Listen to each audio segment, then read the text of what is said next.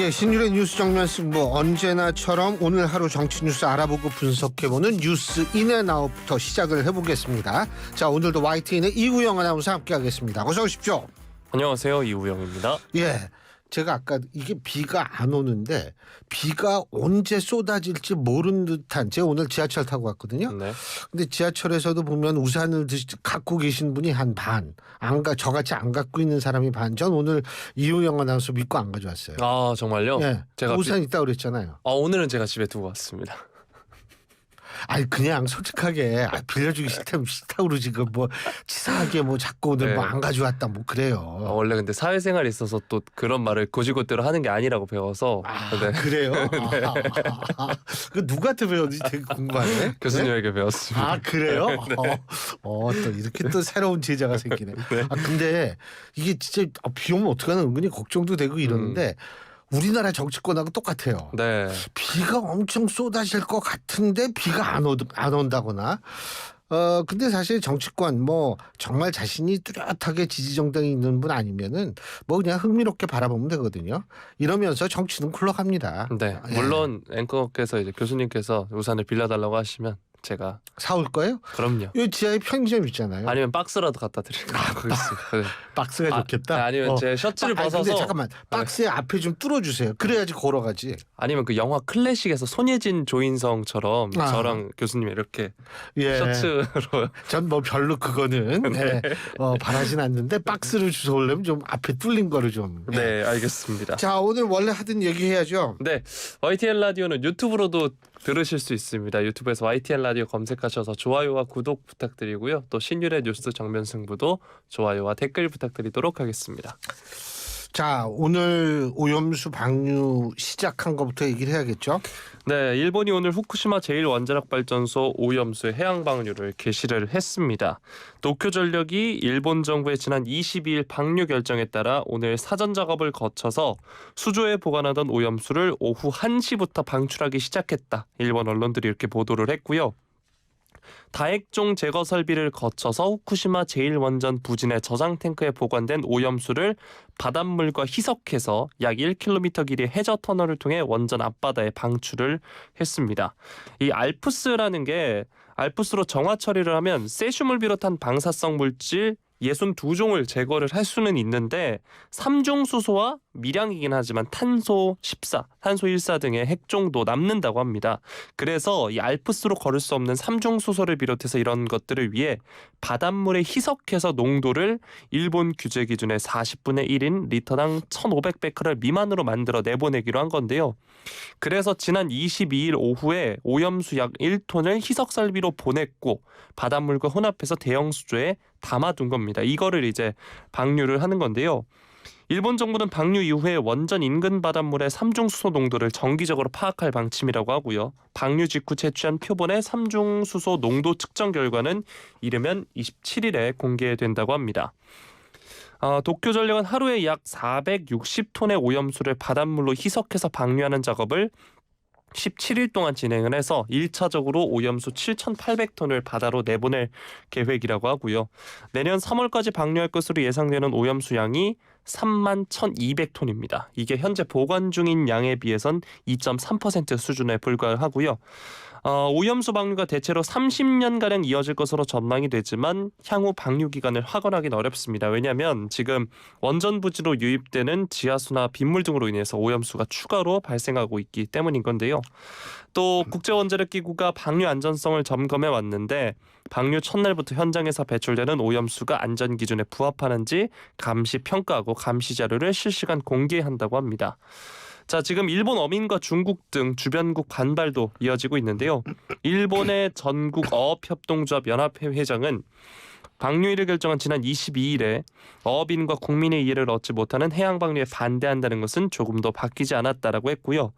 중국 정부도 지난 22일에 주중 일본 대사를 초치해서 항의를 했고 이제 일본산 수산물에 대해서 수입 규제 가능성을 시사를 했는데 조금 전 오후에 전해진 속보에 따르면 중국 세관이 일본 원산지인 수산물에 대한 수입을 전면 중단한다 이런 발표가 있었습니다. 어제도 이제 우리 국내 이제 시민단체 환경단체에서 반대한다는 목소리 소식도 전해드렸거든요. 자, 정치권 반응을 보면 민주당은 방류를 막지 않은 정부의 책임을 물어야 한다 이런 입장이고, 국민의힘은 야당의 반발을 공포조장이다 일축을 하고 있습니다. 또 조금 전 오후에 대통령실에서도 국민 건강을 지키는 건 선동이 아닌 과학이다 이런 입장도 나왔는데요. 이번 소식 뉴스인 부탁드리겠습니다.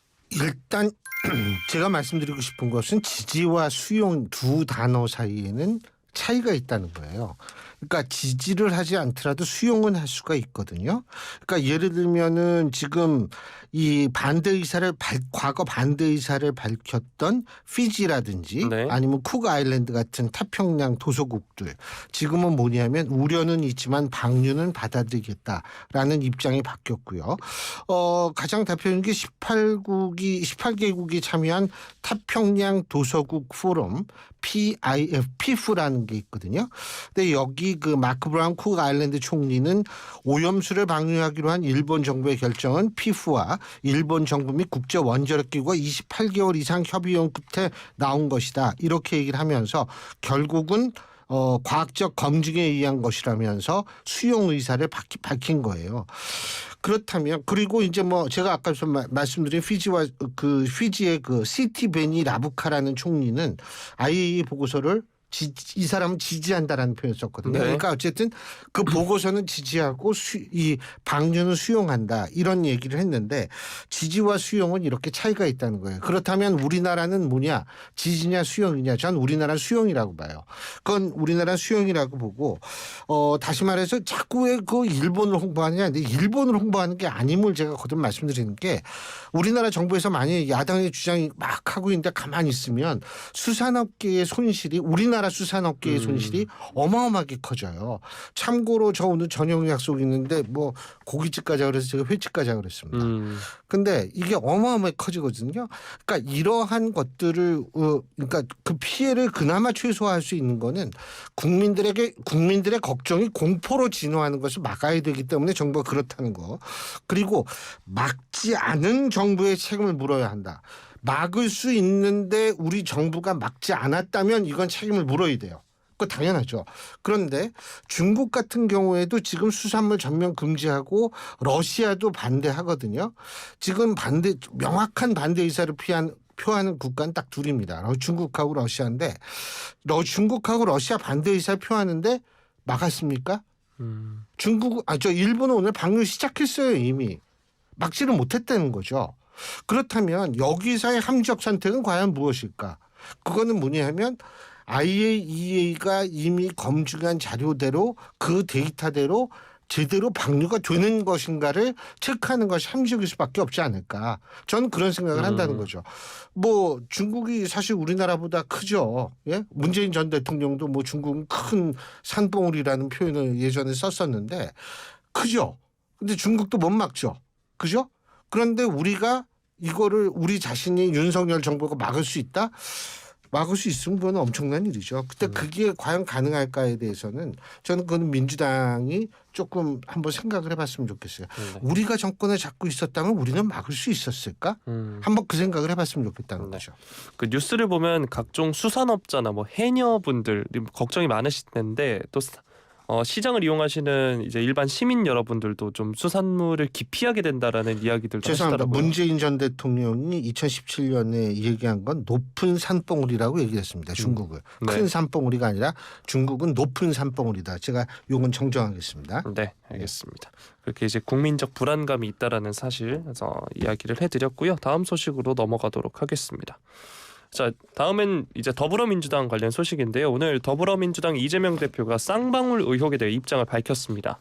대북 송금 의혹과 관련해 터무니없는 얘기들을 가지고 소설을 쓰고 있다. 국가 권력을 남용하는 것이고 정치 공작이라 생각한다. 이렇게 말을 했습니다. 그러면서 이화영 전 경기도 평화부지사와 김성태 전 쌍방울그룹 회장의 공소장에 나온 것들을 보면 돈을 준 사람, 받은 장소, 날짜, 그 경위가 다 다르지 않냐면서 비판을 한 건데요.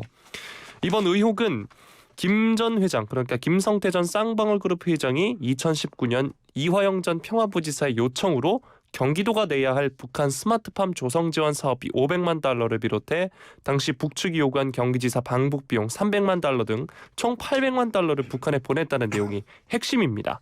또 이 대표가 검찰에 출석하겠다는 자신의 의사를 검찰이 거부한 것에 대해서도 2년 동안 수사했다면서 아직 준비가 안 됐다고 하는 것이 납득이 안 된다라고 지적을 했고요.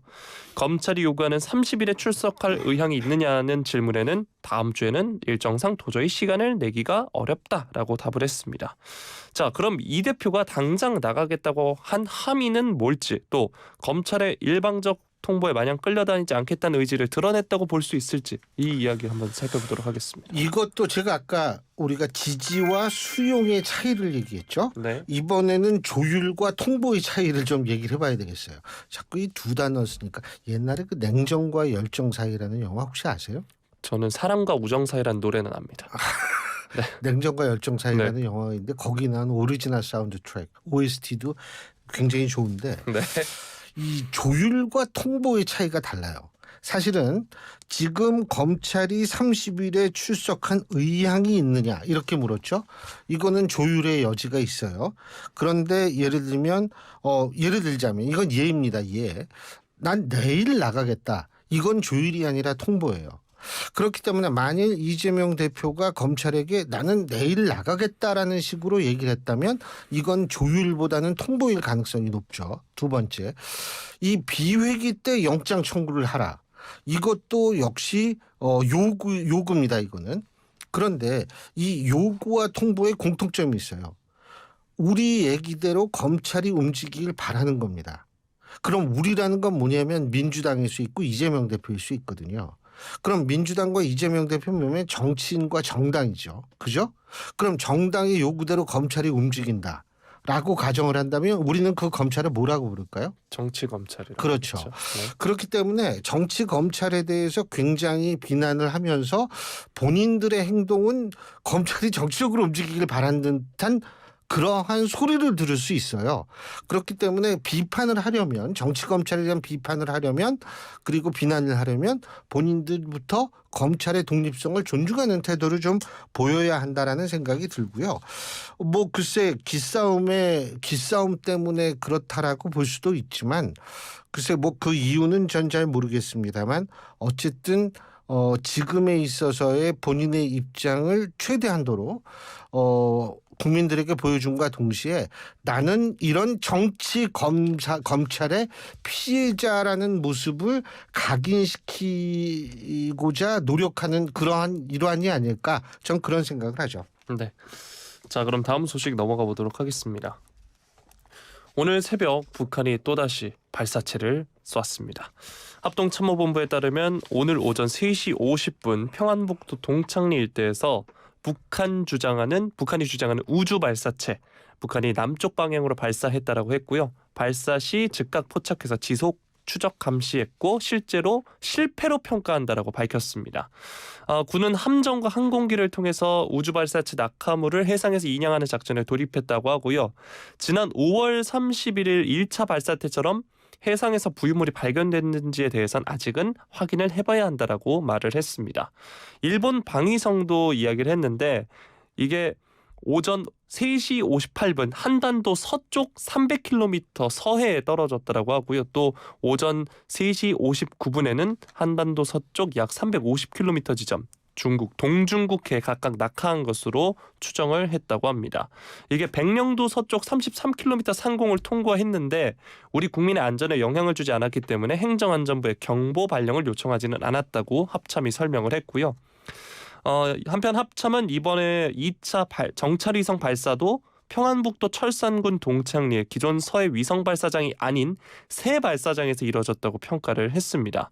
또 3시 50분 새벽에 발사한 것도 우리 측의 감시 자산에 노출되는 것을 회피하려는 목적이 있었을 것이다라고 분석을 했습니다.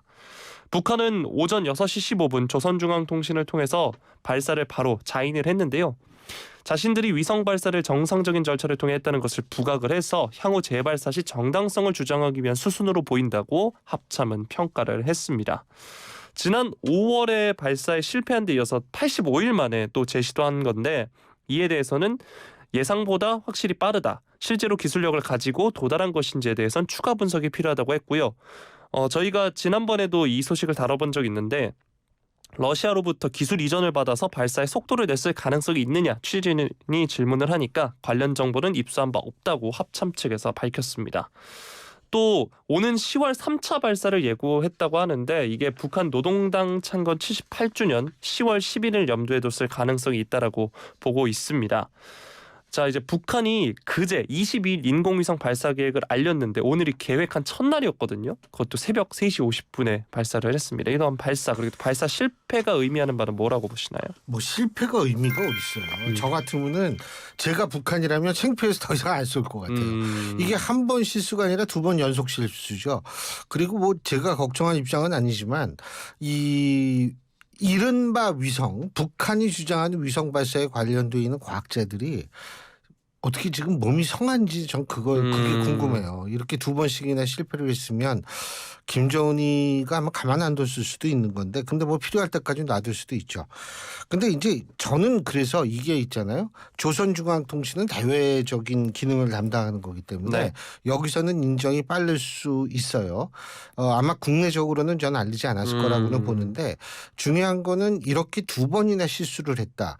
근데 북한과 같이 무지막지한 공포정치 체제 속에서 과학자들이 2번 실수하게끔 용인을 했다라는 용인이 된다라는 것을 저는 사실 상상하기가 어렵거든요. 그래서 네. 제 자신이 소설입니다. 이 소설을 써보면 이렇게 2번이나 실패하는 것이 일종의 북한의 페이크가 아닐까라는 생각도 사실 저는 해보게 됩니다. 이게 왜 그러냐면 북한 체제 속성상 한 번 실패 뭐 그거는 사람이 하는 일이니까. 근데 2번 그런 실패 성공할 자신이 없는 상황에서 그거를 또 대외적으로 알리면서 말해요. 한다라는 거는 저는 상식적으로는 조금 이게 이해가 안 가고 논리적으로 맞지 않는 구석이 있다고 생각하기 때문에 그 의도는 앞으로 좀 더 면밀히 분석해 볼 필요가 있지 않을까 이런 생각이 듭니다. 단순하게 그래 처음에 실패고 뭐 2번째도 실패할 수 있지 뭐 라고 넘어갈 수 있는 것은 아니고요. 위성이라고 주장을 하지만 위성이라는 것과 ICBM이라는 것에서 큰 차이는 없거든요. 네. 그런 차원에서 본다면 ICBM은 곧잘 잘 쏘는데 쐈다고 주장을 하는데 왜 위성은 계속 이럴까? 전 그게 굉장히 좀 궁금은 해요. 예. 네. 자, 다음 소식으로 넘어가 보도록 하겠습니다. 금감원이 3대 사모펀드 사건을 재검사를 했는데요. 이 결과를 오늘 발표를 했습니다. 라임, 옵티머스, 디스커버리 자산운용 등 3개 운용사에 대한 추가 검사를 실시한 결과를 오늘 발표한 건데, 대규모 환매 사태를 일으킨 라임 사태 등을 전면 재검사해서 국회의원 등 유력 인사에 대한 특혜성 환매 그리고 수천억 원 규모의 횡령 등을 추가 적발했다고 합니다. 또 펀드 자금이 투자된 회사들에서 횡령 배임 등 부정한 자금 유용도 추가로 밝혀냈다고 하는데요. 새로 적발한 내용들을 지난 5월부터 수차례에 걸쳐 검찰에 통보한 상태라고 합니다. 자, 먼저 라임 사태부터 간단하게 살펴보면 2019년 7월 라임 자산운용이 코스닥 기업들의 전환사채 등을 편법 거래하면서 부정하게 수익률을 관리하고 있다는 의혹이 불거졌고, 라임 자산운용이 운용하던 펀드에 들어있던 주식 가격이 폭락해 환매 중단이 벌어진 사건을 말합니다. 또 옵티머스 사태는 바로 다음 해인 2020년에 터졌는데요. 공공기관 및 지방자치단체가 지급을 보증하는 안전한 매출 채권에 투자한다면서 투자자들을 끌어모은 뒤 사업 실체가 없는 부실기업 3호 사채 등에 투자해서 수천억 원대 피해를 낸 것이 골자입니다.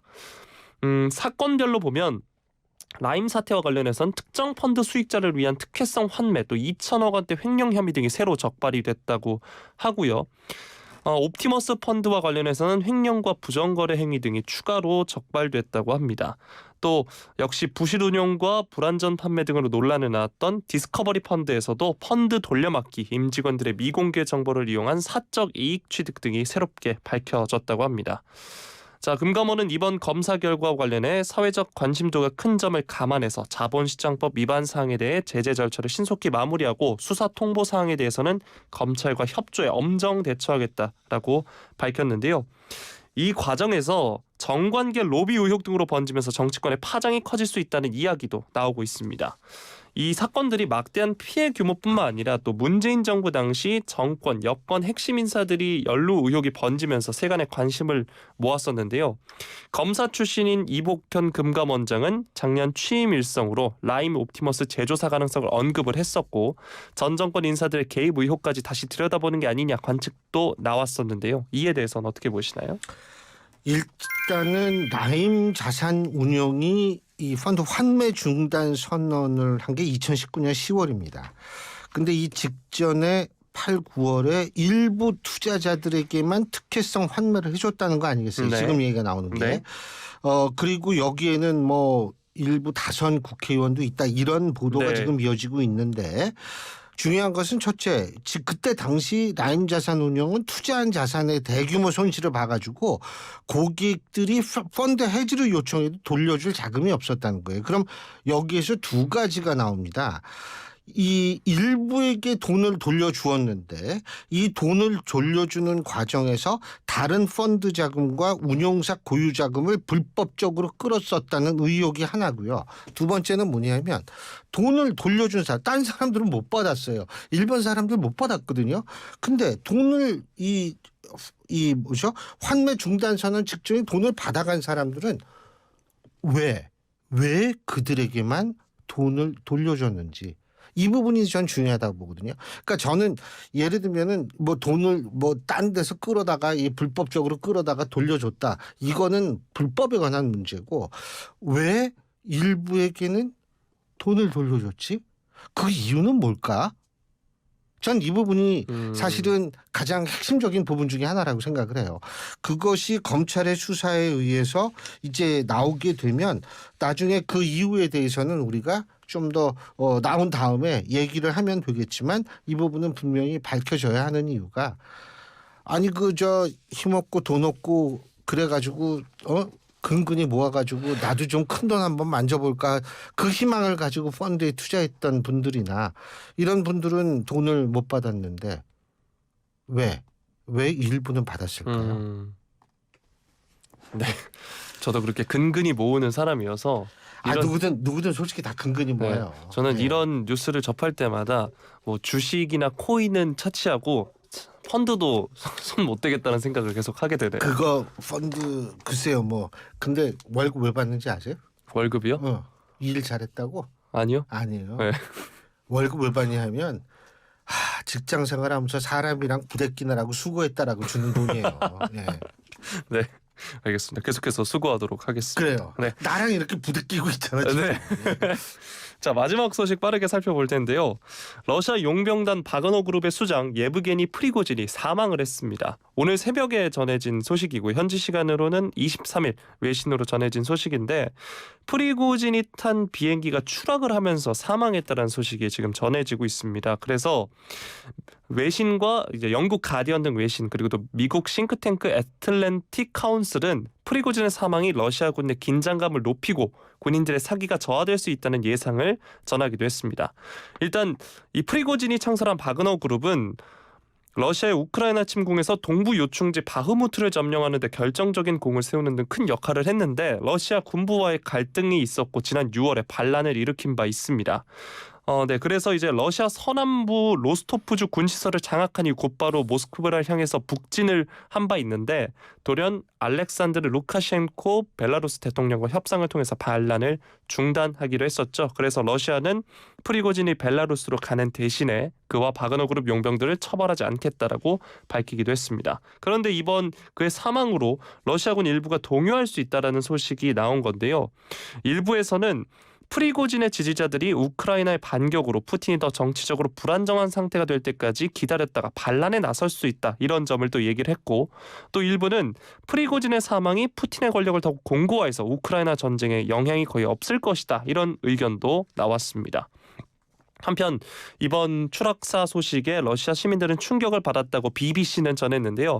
BBC는 또 이렇게도 덧붙였습니다. 대부분의 러시아인이 이 사고가 더 빨리 일어나지 않았던 것에 더 놀랐을 것이다 라는 점을 이야기하기도 했습니다. 자, 이번 프리고진 사망으로 인해 러시아 우크라이나 전쟁에 대한 이러저러한 전망이 나오고 있는 상황입니다. 어떻게 보시나요? 이게 이제 추락이 왜 추락을 하게 됐는지 우리는 그 근본적인 이유에 대해서는 알 수 없어요. 그렇죠. 네. 단지 합리적 추론으로서 이 푸틴과 관련이 있지 않을까 이런 것들이 이제 가장 중요한 부분인데 저는 사실 이런 생각이 들거든요. 푸틴 대통령이 예를 들면 정말 이 전국의 이 국정의 장악력이 굉장히 확고하다면 제가 볼 때는 프리고진을 제가 죽였다는 얘기는 아닌데 네. 프리고진이 늘 그냥 놔둬도 제가 볼 때는 큰 영향을 안 받는다라고 생각할 수 있어요. 그런데 만일 아까 BBC가 사고가 빨리 일어나지 않은 것에 러시아 사람들이 놀랬다라는 그 표현처럼 실제로 프리고진의 죽음에 러시아 정부가 만일 연관돼 있다라는 그러한 추측이 계속된다면 그런 상황 속에서 이 프리고진의 죽음을 생각을 해본다면 제가 볼 땐 그만큼 푸틴 대통령의 전국 장악 국정 장악력이 저는 굉장히 위태롭다라는 거를 반증할 수도 있다라는 생각을 가지고요. 네. 그렇게 위태로운 상태에서는 우크라이나 전쟁을 과연 끝까지 이것을 러시아 입장에서 성공입니다. 러시아 입장에서 볼 때 이것을 계속 끌면서 유지할 수 있을까에 대해서 전 지극히 의문이 든다는 거죠. 참고로 우리가 역사를 봤을 때 자신의 정적이라든지 이러한 사람들이 갑자기 사라지거나 사고를 당하거나 북한도 교통사고가 많잖아요. 네. 잘 나가는 사람들만 주로 사고가 나던데 이런 상황이 있는 것은 정권이 안정적이지 못하다라는 것을 의미하는 것이고 그런 상황에서의 전쟁 글쎄요. 러시아 뜻대로 될 수 있을까요? 여기까지 하죠. 뭐. 네. 예, 오늘 말씀 잘 들었습니다. 고맙습니다. 고맙습니다. 예, 지금까지 YTN의 이우영 아나운서였습니다.